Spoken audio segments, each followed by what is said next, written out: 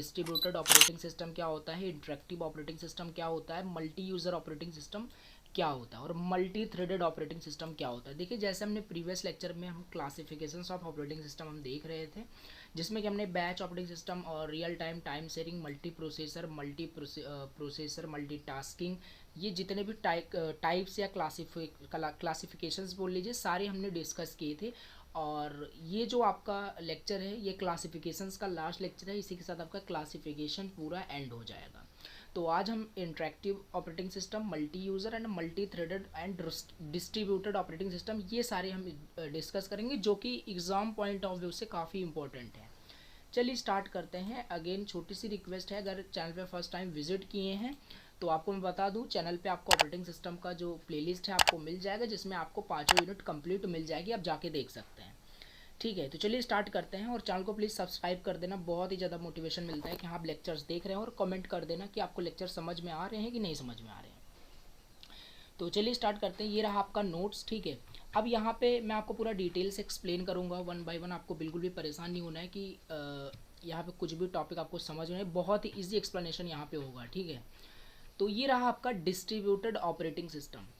सबसे पहले हम देखते हैं डिस्ट्रीब्यूटेड ऑपरेटिंग सिस्टम क्या होता है। सबसे पहले मैं आपको बता दूं, ये जो क्वेश्चन अगर पूछा जाएगा, या डिस्ट्रीब्यूटेड हो या इंटरेक्टिव हो, ये आपसे इस तरीके से क्वेश्चन पूछा जाएगा। यहाँ पे देखिए मैंने ऊपर लिखा भी है, ऐसे आपको दे देगा एक्सप्लेन करिए फॉलोइंग टर्म्स को, वहाँ पे दे देगा आपको distributed operating system, interactive, multi user, मतलब एक्सप्लेन द टर्म करके देगा। यानी यहाँ पे आपको बहुत परेशान नहीं होना है कि पर्टिकुलर टॉपिक्स को आप बहुत 7 मार्क्स के लिए प्रिपेयर करो। 7 मार्क्स में कभी नहीं पूछा गया, ना पूछा जाएगा। ये आपको ऐसा टर्म दिया रहेगा 2-3 शॉर्ट नोट लिखने के लिए, तो आपको एक्सप्लेन करना है। तो जिसमें कि पहला आपका है डिस्ट्रीब्यूटेड ऑपरेटिंग सिस्टम। क्या होता है डिस्ट्रीब्यूटेड ऑपरेटिंग सिस्टम? अगेन आपने प्रीवियस लेक्चर्स को अटेंड किया है, देखा है, अच्छे से समझा है, देन ये लेक्चर आपको स्मूथली समझ में आएगा। ऑपरेटिंग सिस्टम क्या होता है ऑलरेडी आपको पता है। अब यहाँ पे देखते हैं हम डिस्ट्रीब्यूटेड। जैसे कि यहाँ पे नाम से आपको पता चल रहा है डिस्ट्रीब्यूटेड, यानी यहाँ पे जो ऑपरेटिंग सिस्टम है वो डिस्ट्रीब्यूट रहा होगा, ऐसा कुछ आप रिलेट करिए। अब यहाँ पे पढ़ते हैं फिर आपको समझ में आ जाएगा। when many computers are interconnected to each other through a network for the purpose of sharing their task, it is called distributed operating system। ठीक है, इस फिगर की हेल्प से आप देख सकते हैं यहाँ पे कम्युनिकेशन जो नेटवर्क है, इसकी हेल्प से यहाँ पे काफ़ी सारे आपके जो पर्सनल कंप्यूटर्स हैं वो यहाँ पे अटैच्ड हैं। ठीक है, कनेक्टेड हैं, इंटरकनेक्टेड बोल लीजिए। और यहाँ पे कोई भी अगर ट्रांसफ़र ऑफ इंफॉर्मेशन होगा या कोई भी टास्क ट्रांसफ़र करना होगा एक पर्सनल कंप्यूटर से, मतलब एक कंप्यूटर से दूसरे कंप्यूटर्स में थ्रू द नेटवर्क, तो पॉसिबल है उसे ट्रांसफ़र किया जा सकता है। तो यही जो पूरा मैकेनिज्म है, जो थ्रू अ नेटवर्क काफ़ी सारे कंप्यूटर्स यहाँ पे कनेक्टेड हैं, इसी को बोला जाता है आपका डिस्ट्रीब्यूटेड ऑपरेटिंग सिस्टम, इसे ही बोला जाता है। ठीक है, अब यहाँ पे ये कंप्यूटर्स कनेक्टेड है, ये कंप्यूटर्स कनेक्टेड, तो सिंपल सी बात है, कंप्यूटर्स के अंदर ही आपका ऑपरेटिंग सिस्टम रहता है, तो ये आपका डिस्ट्रीब्यूटेड ऑपरेटिंग सिस्टम के अंदर रहता है। फिगर ये इंपॉर्टेंट है, आपको फिगर भी बनाना है। तो यहाँ पे ऊपर वही लिखा था, when many computers are interconnected to each other through a network for the purpose of sharing their task, then it is called distributed operating system. Easy language में लिखा है, यही हो गया। आपको टर्म के हिसाब से समझाना है, डिफिनेशन लिखनी है, आपको ये फिगर बना देना है, आपका हो गया। ये यही होता है आपका डिस्ट्रीब्यूटेड ऑपरेटिंग सिस्टम। जैसे कि आपको खुद यहाँ पे देखने में लग रहा होगा, यहाँ पे जो भी कंप्यूटर्स हैं सारे डिस्ट्रीब्यूटेड हैं। अब यहाँ पे कोई कंपलसरी नहीं है कि जो थ्रू द नेटवर्क कनेक्टेड है, आपको ऑलरेडी पता है थ्रू द नेटवर्क आप डिफरेंट लोकेशन पे रह सकते हैं, और कोई इशू नहीं है, आप वहाँ पे अपने टास्कों को शेयर कर सकते हैं थ्रू द नेटवर्क।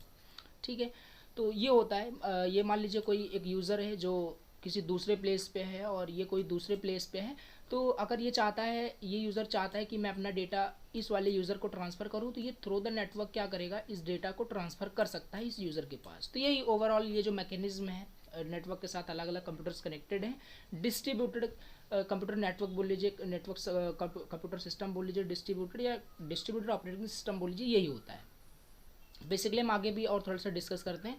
देखिए एडवांटेज इसमें आपको क्या समझ में आ रहा है, इसमें आपको एडवांटेज क्या समझ में आ रहा है? एडवांटेज इसमें सिंपल लिखा है, इफ़ अ नोड, यहाँ पे नोड का क्या मतलब है? नोड का मतलब यही जो आपके कंप्यूटर्स हैं, इसी को यहाँ पे नोड बताया गया है, नोड बोला गया। If a node is over used the distributed operating system shares the load to other node of the network.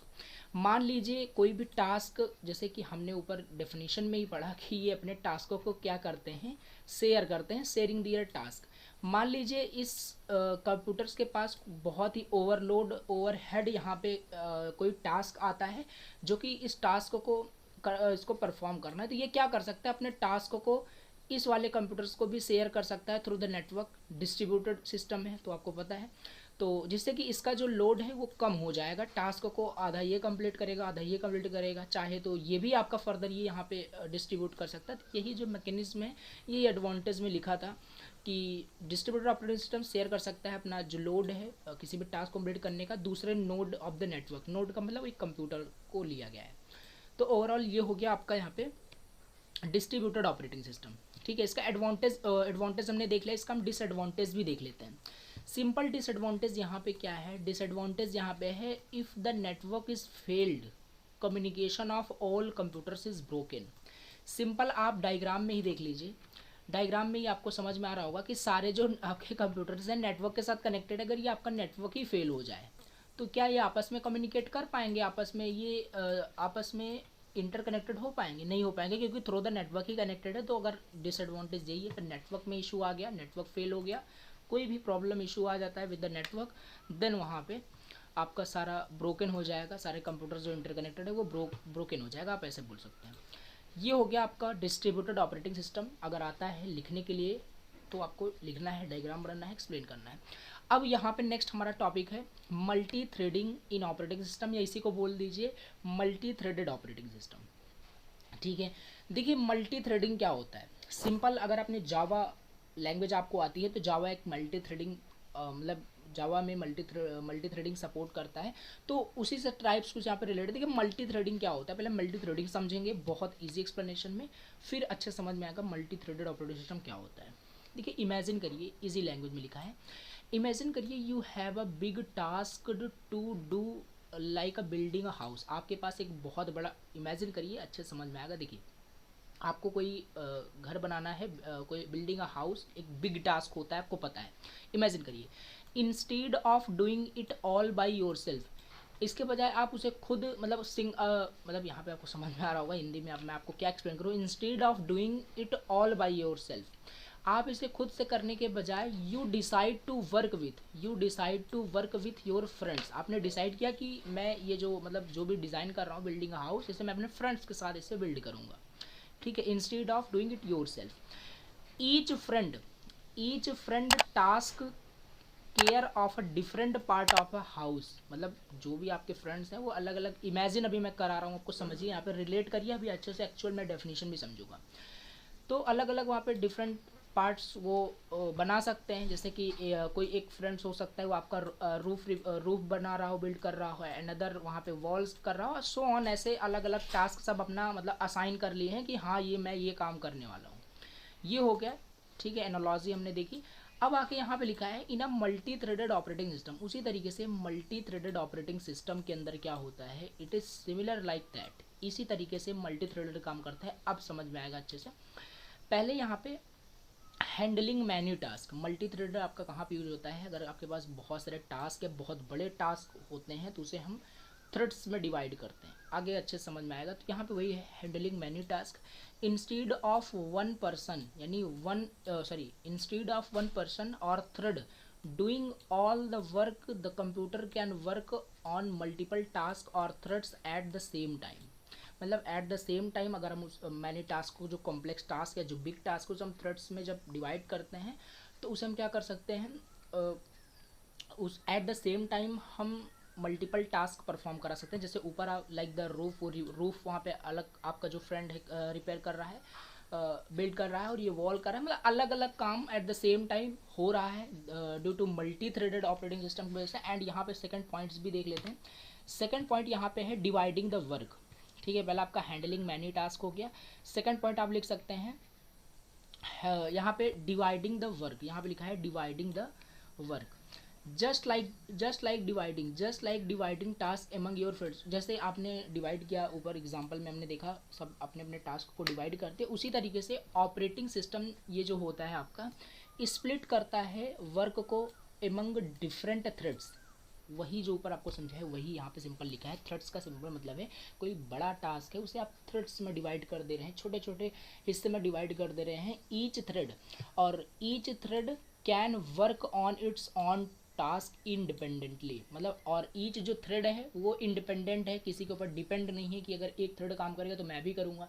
Example वही ऊपर वाला, जैसे आपका अलग अलग फ्रेंड्स थे, आपने उनको असाइन कर दिया कि तुम मतलब क्या करो, रूफ बिल्ड करो, मैं वॉल बिल्ड करूँगा एंड सो ऑन, ऐसे तो वहाँ पे है कोई भी डिपेंड नहीं है, वो काम करेगा भी नहीं तो वो अपना तो काम करेगा ही। तो ऐसा रिलेट कर सकता है, ये ऑपरेटिंग सिस्टम जो होता है वो स्प्लिट कर देता है काम को एक थ्रेड में, ऐसे आप समझिए। ठीक है, पहला आपका क्या था, हैंडलिंग मैनी टास्क, उसमें लिख देना। सेकंड आप लिख देना वहाँ पे डिवाइडिंग द वर्क का कंसेप्ट क्या इसमें यूज़ हो रहा है मल्टी थ्रेडेड में।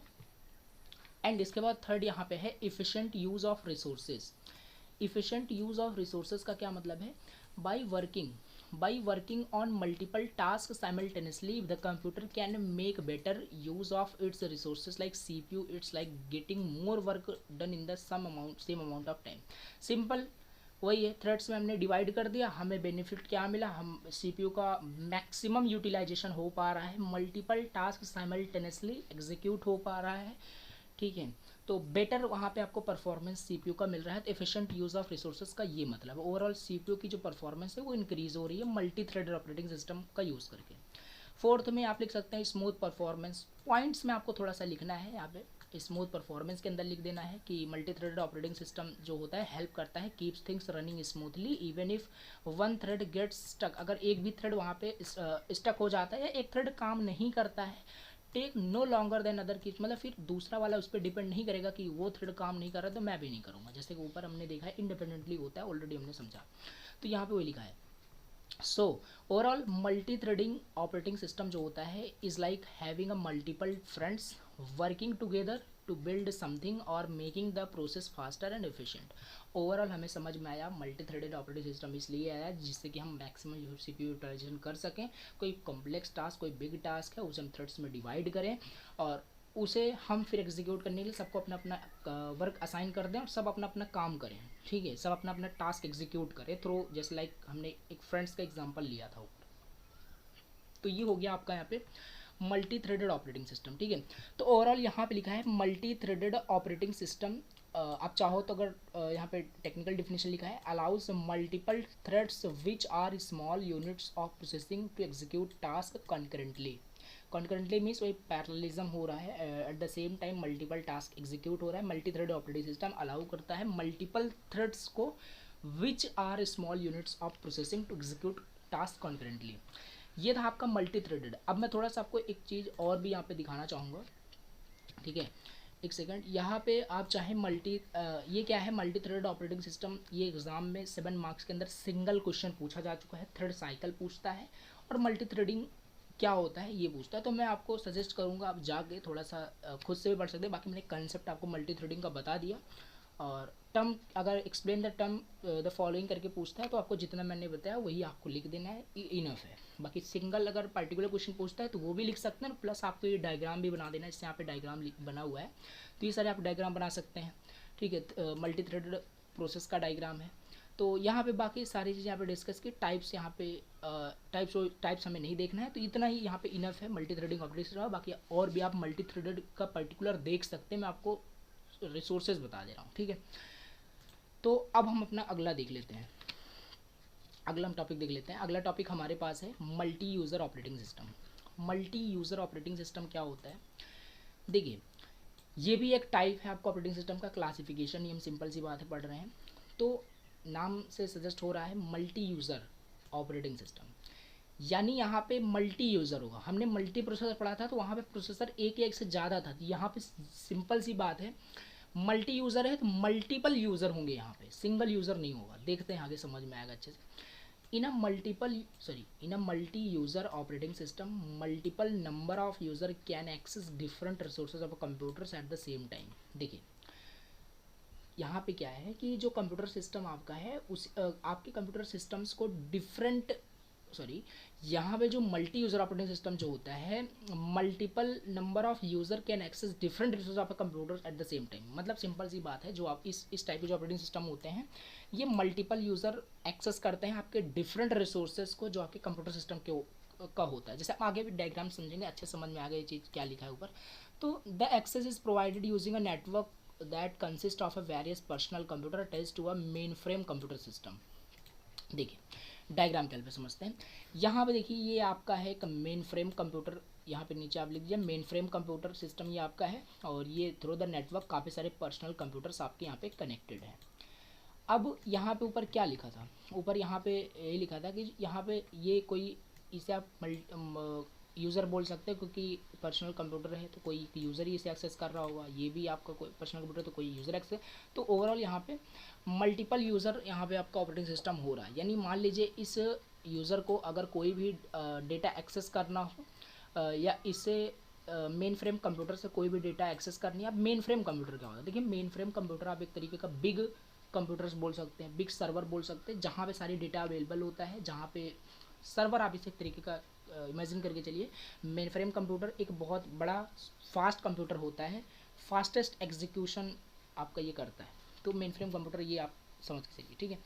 अब मान लीजिए इस यूज़र को कुछ भी डेटा एक्सेस करना है या कुछ भी डेटा इसको शेयर करना है या इससे कुछ भी एक्सेस करना है, तो थ्रू द नेटवर्क ये इसे अपना डेटा एक्सेस करेगा या डेटा को राइट करेगा या रीड करेगा, जो भी उसे ऑपरेशन या टास्क पर एग्जीक्यूट करना है। तो यहाँ पे वही लिखा है। और एट द सेम टाइम हो सकता है, मान लीजिए ये यूज़र इससे कुछ एक्सेस कर रहा है और ये user eight the same time main frame computer से कुछ चीज़ें मतलब रीड कर रहा है और ये चीज़ कोई यहाँ पे राइट कर रहा है या कुछ एक्सेस कर रहा है। तो eight the same time overall कहने का मतलब at the same time through the network अलग अलग यूज़र मल्टी यूज़र यहाँ पे जो अटैच्ड हैं through the mainframe computer, वो अपने अपने टास्कों को at the same time execute कर सकते हैं थ्रू द नेटवर्क। लिखा भी है the access is provided using a network. जो एक्सेस है, जो एक्सेस हो पा रहा है, ये इससे कुछ एक्सेस कर पा रहा है, ये इससे कुछ रीड कर रहा है, ये यूजिंग अ नेटवर्क हो पा रहा है, नेटवर्क के थ्रू ही हो पा रहा है, डायरेक्टली तो हो नहीं पा रहा है। That consist of various personal computers attached to a mainframe computer. ठीक है, यहाँ पे वही लिखा है। अब ये आपको डायग्राम एक्सप्लेन करना है, मल्टी यूज़र ऑपरेटिंग सिस्टम का डायग्राम यही आपको बनाना है। अब यहाँ पे एबव डायग्राम में आप देख सकते हैं, यहाँ पे लिखा है in above diagram shows the working of multi user operating system. ठीक है, the various personal computers can send and receive information to mainframe computer system। जो एक्सप्लेन किया वही लिखा है कि जो आपके वेरियस जो पर्सनल कंप्यूटर या मल्टी यूज़र जो वहाँ पे कनेक्टेड हैं, वो या तो सेंड कर सकते हैं या तो रिसीव कर सकते हैं information from main frame computer system. Main frame computer क्या होता है, एक फास्टेस्ट सुपर कंप्यूटर हम बोल सकते हैं, जहाँ से हम कोई डेटा रीड करनी, राइट करनी, जो भी सेंड रिसीव जो भी करना है, एक तरीके का आप सर्वर बोलिए, कंप्यूटर सिस्टम बोलिए। ठीक है, तो ये होता है। जैसे काफ़ी ऑफिस में एक मेन कंप्यूटर होता है, ठीक है, उससे कनेक्टेड थ्रू द नेटवर्क काफ़ी सारे एग्जांपल आप ले सकते हैं कि आपके मतलब कॉलेज में या कहीं भी आपने देखा होगा एक मेन कंप्यूटर होता है, उसी के थ्रू सारे आपके कनेक्टेड रहते हैं जो भी आपके पर्सनल कंप्यूटर्स होते हैं। ठीक है, जो भी डेटा आपको लेना होता है, सेंड करना होता है, रिसीव करना होता है, तो थ्रू द मतलब मेन कंप्यूटर आप उसी से करते हैं। तो मेन फ्रेम कंप्यूटर वही होता है। दस आप बोल सकते हैं the mainframe computers acts as the server and other personal computer acts as a clients for that server. Important point ही याद रखना। सो आप ओवरऑल कह सकते हैं जो मेन फ्रेम कंप्यूटर है एक सर्वर की तरह काम कर रहा है, जैसे मैंने आपको ऑलरेडी बताया, और अदर जो पर्सनल कंप्यूटर्स वहाँ पे कनेक्टेड हैं उसे आप क्लाइंट बोल सकते हैं। ठीक है, क्लाइंट उसे हम बोल सकते हैं। तो यहाँ पे वही लिखा है, सिंपल आपको एक लिखना है। अब एग्जाम्पल हम थोड़ा देखते हैं। जो आपका मल्टी यूज़र ऑपरेटिंग सिस्टम होता है, ये कहाँ यूज़ होता है, ये आपका यूज़ होता है यूनिक्स और विंडोज़ 2000 इस टाइप के ऑपरेटिंग सिस्टम में ये आपका यूज़ होता है। मल्टी यूज़र का concept, multi user operating system यहाँ पे यूज़ होता है आपका यूनिक्स एंड विंडोज़ 2000। इसके बारे में डिटेल आपको पढ़ने की कोई ज़रूरत नहीं है। यूनिक्स क्या होता है, ठीक है, ये आपका ऑपरेटिंग सिस्टम ही होता है, बाकी आपको ज़्यादा डिटेल से इसको नहीं समझना है। अब एग्जाम्पल आपको लिखना है, अगर आता है यूनिक्स और विंडोज़ 2000, ये सारे मतलब एग्जाम्पल है मल्टी यूज़र ऑपरेटिंग सिस्टम के। एडवांटेज भी हम थोड़ा सा देख लेते हैं, एडवांटेज क्या है। देखिए एडवांटेज क्या है, एडवांटेज यहाँ पे it helps in the sharing of data and information among different user. Simple सी बात है, जैसे यहाँ पे again through the network user connected है, through the network personal computer connected है, कोई भी ज़रूरत नहीं है कि मेन फ्रेम कंप्यूटर्स के पास आप कनेक्ट होकर रहें, आप डिफरेंट डिफरेंट लोकेशन पे रह सकते हैं, यानी यहाँ पे ट्रांसफ़र ऑफ इन्फॉर्मेशन हो सकता है किसी भी यूज़र के पास, ठीक है। तो डिफरेंट डिफरेंट यूज़र के पास भी वहाँ पे इन्फॉर्मेशन सेंड एंड रिसीव किया जा सकता है, ना केवल मेन फ्रेम से ही सेंड रिसीव किया जाए, मतलब डिफरेंट डिफरेंट यूज़र से भी वहाँ पे सेंड एंड रिसीव किया जा सकता है। तो ये आपका एडवांटेज एक हो जाएगा। And it also helps in the sharing of hardware resources such as printers and modems. तो और ये भी आप लिख सकते हैं जो ये हेल्प करता है शेयरिंग ऑफ हार्डवेयर रिसोर्सेज। मान लीजिए कोई भी जैसे मेन फ्रेम कंप्यूटर से कुछ भी रिसोर्सेज को एक्सेस करना है, जैसे हार्डवेयर प्रिंटर या प्रिंटर्स को एक्सेस करना है, तो ओवरऑल यहाँ पे आपको एडवांटेज यहाँ पे लिखना है कि कैसे मल्टी यूज़र ऑपरेटिंग सिस्टम का क्या एडवांटेज है, वहाँ पे मल्टीपल यूज़र कैसे ट्रांसफ़र ऑफ इन्फॉर्मेशन कर रहे हैं, कैसे सेंड कर रहे हैं, कैसे रिसीव कर रहे हैं मेन फ्रेम कंप्यूटर से। ओवरऑल यहाँ पे जो भी आपको समझ में आता है वो आपको लिखना है एडवांटेज के अंदर। आप अपने भी वर्ड में लिख सकते हैं, एज इट इज़ नहीं, अब याद करना है कि ये चीज़ क्या है, ठीक है, बाकी आप खुद से भी लिख सकते हैं। अब यहाँ पे लिखा है user can share their work with others, ये भी एक एडवांटेज लिख दीजिए कि हाँ यूज़र अपने वर्क्स को, अपने टास्क को दूसरे यूज़र के साथ भी शेयर कर सकते हैं, क्योंकि मल्टी यूज़र ऑपरेटिंग सिस्टम है, ठीक है। ये हो गया। अब हम थोड़ा सा डिसएडवांटेज भी इसका देखते हैं। देखिए डिसएडवांटेज क्या है। डिसएडवांटेज यहाँ पे सिंपल लिखा है, it requires expensive hardware to set up a mainframe. जैसे अब मेन फ्रेम कंप्यूटर सिस्टम आपका एक सर्वर है, तो उसे लिए आपका एक्सपेंसिव हार्डवेयर भी चाहिए, क्योंकि बहुत सारे कंप्यूटर से मल्टी यूज़र का मतलब ऐसा थोड़ी ना है कि 2-3 ही वहाँ पे यूज़र कनेक्टेड रखें, मल्टी का मतलब बहुत सारे हो सकते हैं। तो ओवरऑल एक्सपेंसिव हार्डवेयर वहाँ पे फिर आपका रिक्वायर होगा सेटअप करने के लिए मेन फ्रेम कंप्यूटर्स को। तो डिसएडवांटेज के अंदर आप ये भी लिख सकते हैं, ठीक है। When multiple user log on the work on the same system it reduces the overall performance of the system. इसका क्या मतलब है, यानी यहाँ पे अगर मल्टीपल जो यूज़र हैं अगर वो अपने काम पे लॉग ऑन करते हैं eight the same system, it reduce the overall performance of the system. तो एग्जांपल में आप देख के वहाँ पे समझ सकते हैं डायग्राम में, अगर कोई वहाँ पे ओवरऑल कहने का मतलब अगर कोई भी वहाँ पे यूज़र अपना मतलब कोई वर्क परफॉर्म कर रहा है एट द सेम टाइम, तो उसी एट द सेम टाइम वहाँ पे कोई भी मतलब इफेक्ट नहीं पड़ता, ओवरऑल यहाँ पे परफॉर्मेंस आपके सिस्टम की इंक्रीज़ होती है। आई नो यहाँ पे थोड़ा सा आपको एडवांटेज डिसएडवांटेज थोड़ा कंफ्यूजिंग क्रिएट कर रहा होगा, अगेन बता रहा हूँ ये उतना डिटेल से भी आपसे नहीं पूछा जाता है। एक्सप्लेन द टर्म फॉलोइंग करके पूछा जाता है आपको, अपने वर्ड में कंसेप्ट को आपने समझ लिया, मल्टी यूज़र क्या होता है, ऑपरेटिंग सिस्टम क्या होता है, डायग्राम आपने देख लिया, आपको जो समझ में आता है वो आपको यहाँ पे लिखना है, ठीक है। अब यहाँ पे हम आगे भी देखते हैं, हम नेक्स्ट हमारा यहाँ पे टॉपिक क्या है। नेक्स्ट टॉपिक हमारे पास है इंटरेक्टिव ऑपरेटिंग सिस्टम क्या होता है, ठीक है। ये भी आपको ऐसे ही पूछा जाएगा, explain the term in the following करके, ठीक है। इंटरेक्टिव ऑपरेटिंग सिस्टम क्या है, देखिए इंटरेक्टिव ऑपरेटिंग सिस्टम क्या होता है। Interactive operating systems are computers that accept human inputs, user gives command और some data to the computer by typing और बाय गेस्चर्स। देखिए अभी आगे अच्छे समझ में आ गया। सम एग्जाम्पल यहाँ पे दिया है इंटरेक्टिव ऑपरेटिंग सिस्टम का, जो कि आपका MS वर्ड है, माइक्रोसॉफ्ट वर्ड, जैसे कि MS वर्ड क्या होता है, एप्लीकेशन सॉफ्टवेयर है जिसके साथ आप क्या करते हैं, इंटरेक्ट करते हैं, तो इंटरेक्टिव ऑपरेटिंग सिस्टम आपका है, ठीक है। दे फैसिलिएट इंटरेक्टिव बिहेवियर। आप MS वर्ड जो सॉफ्टवेयर होता है उससे इंटरेक्ट करते हैं, उस पर अपना काम करते हैं, तो इंटरेक्ट हो रहे हैं, तो वही है यहाँ पे मतलब कि इंटरेक्टिव ऑपरेटिंग सिस्टम एक कंप्यूटर से आप समझिए जो कि एक्सेप्ट करता है ह्यूमन के इनपुट को। यहाँ पे भी हम अपना इनपुट देते हैं, यूज़र कमांड देता है, कुछ भी डेटा सेंड करता है, मतलब कुछ भी डेटा देता है कंप्यूटर्स को टाइप करके या कोई कुछ भी करके। कंप्यूटर से जब इंटरेक्ट करते हैं, जब भी हम कंप्यूटर से मतलब किसी भी तरीके से अगर हम कंप्यूटर से इंटरेक्ट कर रहे हैं, तो ओवरऑल आपका इंटरेक्टिव ऑपरेटिंग सिस्टम हो गया, यानी वो इंटरेक्टिव है। जैसे कि हमने काफ़ी सारे क्लासिफिकेशंस पढ़े, बैच ऑपरेटिंग सिस्टम पढ़ा। बैच ऑपरेटिंग सिस्टम आपका इंटरेक्टिव नहीं होता है, क्योंकि वहाँ पे हम कंप्यूटर सिस्टम के साथ इंटरेक्ट नहीं करते, वहाँ पे एक ऑपरेटर होता है, हम उसके साथ इंटरेक्ट करते हैं, तो वो इंटरेक्टिव ऑपरेटिंग सिस्टम नहीं है। ये तो एक आप इसे प्रॉपर्टी बोल सकते हैं, इंटरेक्टिव ऑपरेटिंग सिस्टम क्या होता है, तो ये आप देख सकते हैं। जैसे एग्जाम्पल यहाँ पे दिया है, Mac and Windows operating systems are the example of the interactive operating system. जैसे अभी आप जो अपने लैपटॉप में जो विंडोज़ यूज़ कर रहे हैं, ऑल्सो आप इंटरेक्ट कर रहे हैं, ठीक है। तो ऑपरेटिंग सिस्टम के साथ आप इंटरेक्ट कर रहे हैं, कंप्यूटर के साथ आप इंटरेक्ट कर रहे हैं, जो भी आप इनपुट देते हैं अपने कंप्यूटर्स को, वो आपको एग्जीक्यूट में मिल जाता है, रिजल्ट मिल जाता है। तो ये आपका जो विंडोज़ एंड मैक ओएस जो भी यूज़ करते हैं, ये आपका इंटरेक्टिव ऑपरेटिंग सिस्टम का ही एक एग्जाम्पल है। और जिस जिस भी आप ऑपरेटिंग सिस्टम के साथ इंटरेक्ट हो रहे हैं वही आपका इंटरेक्टिव ऑपरेटिंग सिस्टम होता है। ऊपर आपने यहाँ पे देखा कि जो एक्सेप्ट करता है ह्यूमन के इनपुट को, यही लिखना है। यहाँ पे जैसे लिखा है next, an interactive operating system gives permission to the user to interact directly with the computer. Simple easy language में लिखा, आपको समझ में आ गया। इंटरेक्टिव ऑपरेटिंग सिस्टम परमिशन करता है, अलाउ करता है यूज़र को इंटरेक्ट करने के लिए directly with the computer hardware. And in an interactive operating system the user enters some command into the system and work of the system is to be executed। Simple यहाँ पे वही लिखा है, आप इसे पढ़ेंगे तो आपको इस तरीके से समझ आएगा कि यहाँ पे इंटरेक्टिव का क्या मतलब यहाँ पे हो रहा है। इंटरेक्टिव ऑपरेटिंग सिस्टम में यूज़र कुछ कमांड देता है, कुछ डेटा देता है कंप्यूटर सिस्टम को, और कंप्यूटर सिस्टम उसे एग्जीक्यूट करता है।